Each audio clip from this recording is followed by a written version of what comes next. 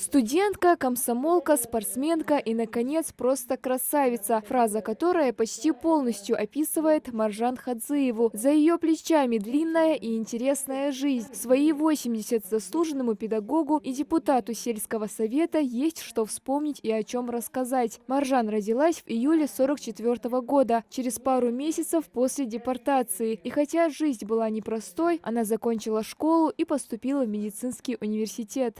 Я хотела стать юристом, в Алматы поехать. Меня не пустили. Потом я подумала, медицинский. И в Караганде поступила в институт. Медицину я выбрала, потому что у бабушки была ишемическая болезнь сердца, стенокардия. А я всегда увлекалась, я всегда эти курсы проводила, я всегда эти занятия давала медицинские. В общем, у меня вот, как я врач работала, я уже сама себя готовила.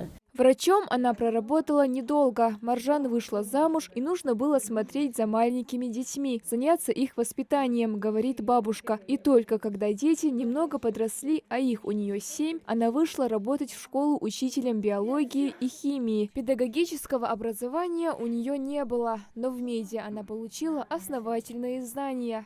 В медицине там химия, биология, там все это, мы изучали это все, биохимию, сложнейшие эти формулы, все мы знали. И вот я начала работать, организовала специальную группу, чтобы они хорошо химию знали, потому что химия везде нужна.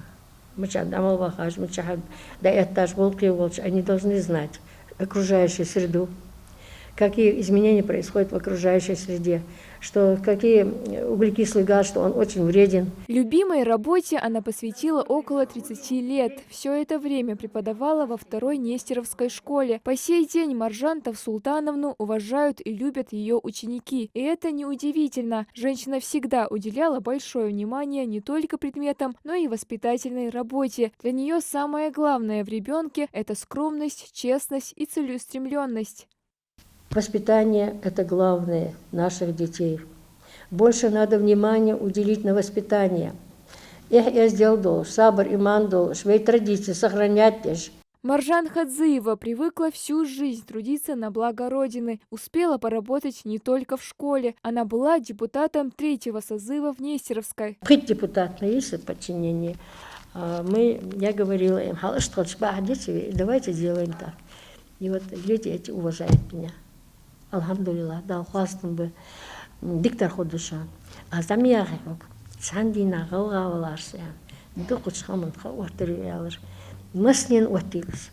Несмотря на возраст, Маржан помнит весь свой путь до мельчайших подробностей. Говорит, что раньше таких возможностей, как сейчас у нас в республике, не было. Каждый старался создать хоть какие-то условия для нормальной жизни. Сейчас же наш родной край улучшается день за днем. Созданы институты государственной власти, учреждения культуры, образования. Все для полноценного развития и комфортабельной жизни. Адам тесто должен изменением хани. Ингушетия дал хост, поехался, пока дал динита, дерг барден сос.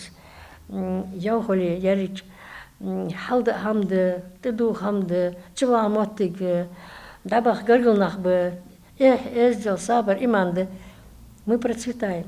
В прошлом году Маржан Тавсултановна ушла на заслуженный покой, но даже выйдя на пенсию, она продолжает интересоваться судьбой родного края. Маржан Хадзиева уверена, наша республика цветет и будет цвести дальше, а для этого необходимо прививать своим детям уважение и любовь к ингушской государственности. Малика Измайлова, Султан Магушков, Магаз 24.